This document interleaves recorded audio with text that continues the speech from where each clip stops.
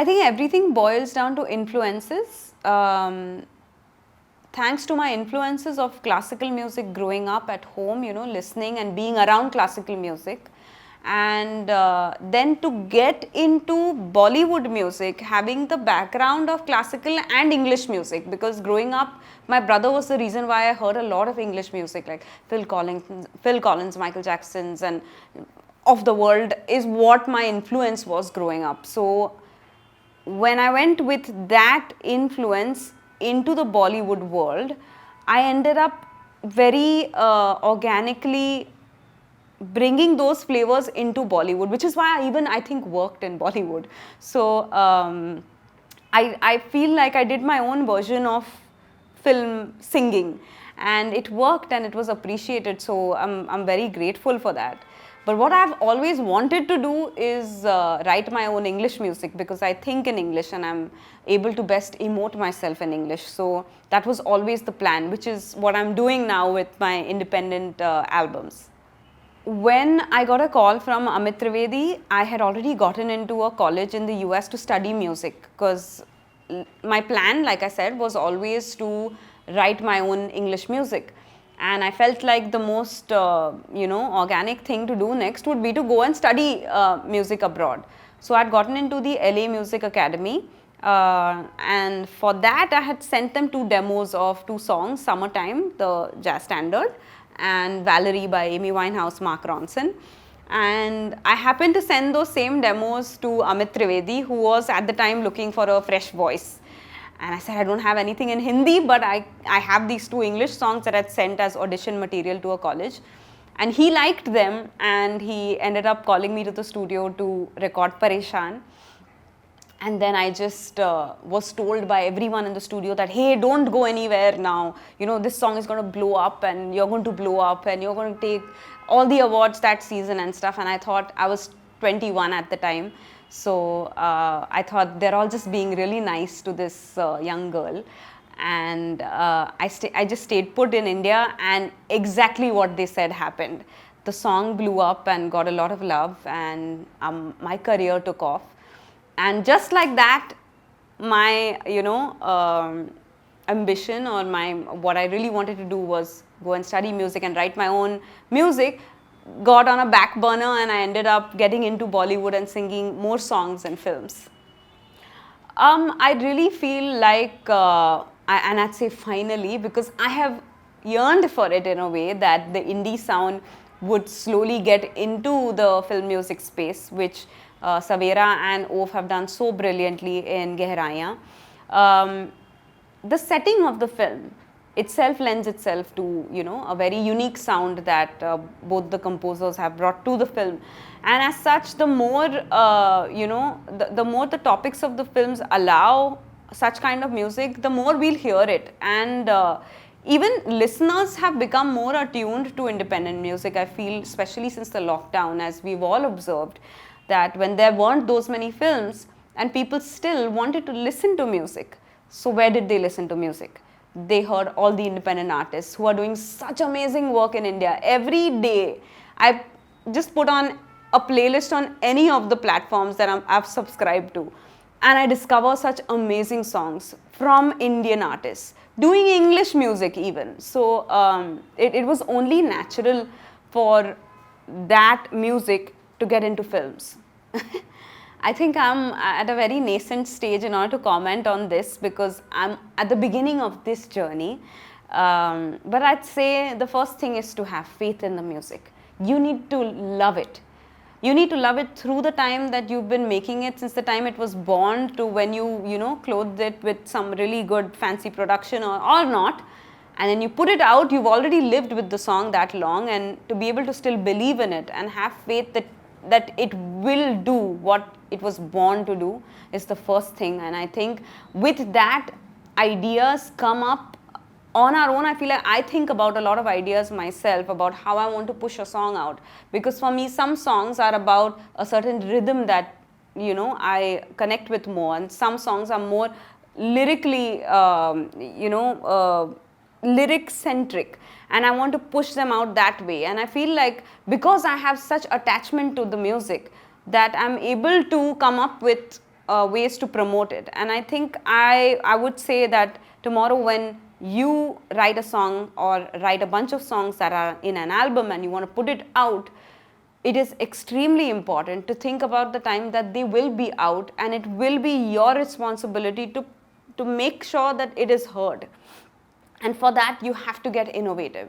You have to ask 10 people what they think, what they liked about the song, how you can then take what they liked and push that as another aspect of the song. So there's a lot you can do, but don't get, which is happening to me by the way, overwhelmed. It is very overwhelming when you put out a bunch of songs. It's not just one single that you put out and then you're like, ha, ho gaya. But when it's an album, I'm going through this feeling of so much stimuli right now around me, and so much I feel like I should be doing and I'm not doing enough, and taking care of just systematically promoting your music, giving it time, giving things time between two activities are some of the many things that I have learned.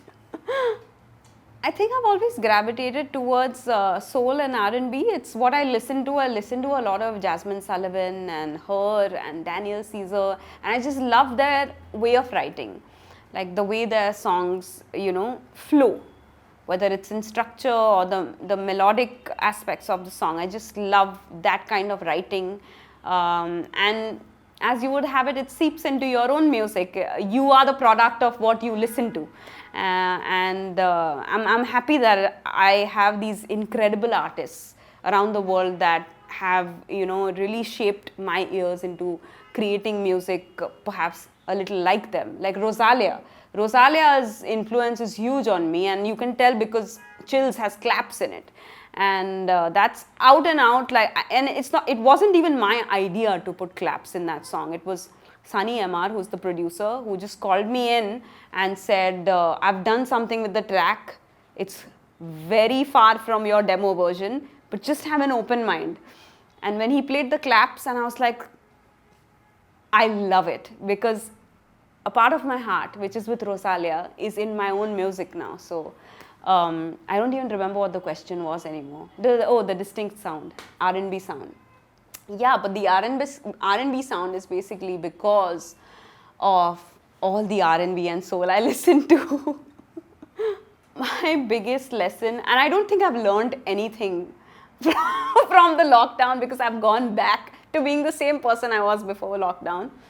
But I did end up writing a song called Running, which pretty much sums up the biggest lesson that I learned during the lockdown, that I was running at a ridiculous pace before the lockdown. Unnecessary, unhealthy on so many counts, and that to pace yourself like you would in a marathon is the sane thing to do. And the more I realized that over the period of the lockdown, the more I felt strongly about the song Running, which is in the album. And it holds a very special place in my heart, because the song is very pacey. It's got like a 4 on the floor kick going in the back, and it sounds like a very happy song, but if you listen to the lyric, it's kind of telling you to slow down without actually saying slow down. So there were a lot of lessons learned in the lockdown, of which another one was is something that you hear in the song Garden Variety Hater, which comes from how I felt about haters on social media at one point, because a lot of things I did during the lockdown called for scrutiny by strangers. One was that I cut my hair from like really long into a boy cut, and that was like, how did you do that? Then I turned them white from black. That was, how did you do that? Then I married my husband, who happens to be a Muslim. That was a problem. So there were a lot of problem areas for public to generally comment on, and that gave birth to the song Garden Variety Hater for me. Best thing again that happened, because that feeling of helplessness and anger turned into a song that I think empowers me. Every time I read something like really strong and full of hate, I go to the song now. I think I make music so I can play it live. I'm not a studio, I love studio person, I'll stay in the studio. No, I want to take everything live because that's what makes me tick. So I have lived the album live without having actually played it live yet.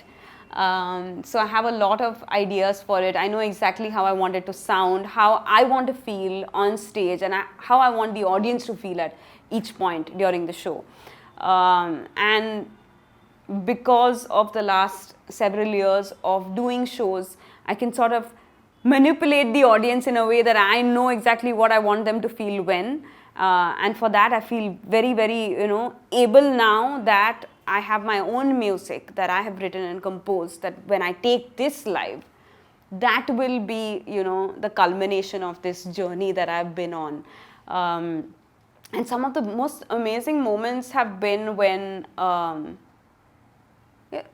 any artist is so touched when the audience is singing louder than them that they even drown out your own voice, and they're so in that moment. And that is something that every artist will tell you, that when the audience is singing with you, it gives you this feeling of euphoria.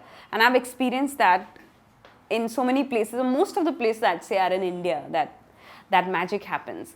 But internationally also, like in a place like San Francisco and in the US when I toured there, I always used to be amazed as to how Dallas has some mad audience who just knows they want to have fun. So I love that audience that sings along, but I also really truly love the audience that makes eye contact. There are some moments where I can just look at one person and sing an entire song, and I love what happens between that moment where you completely surrender yourself to a stranger just because you saw something in their eyes. So I think something like a Ruka Ruka, which is one of the first independent songs that I did, I feel a lot of intensity in that song, and it comes through eye contact. Thank you.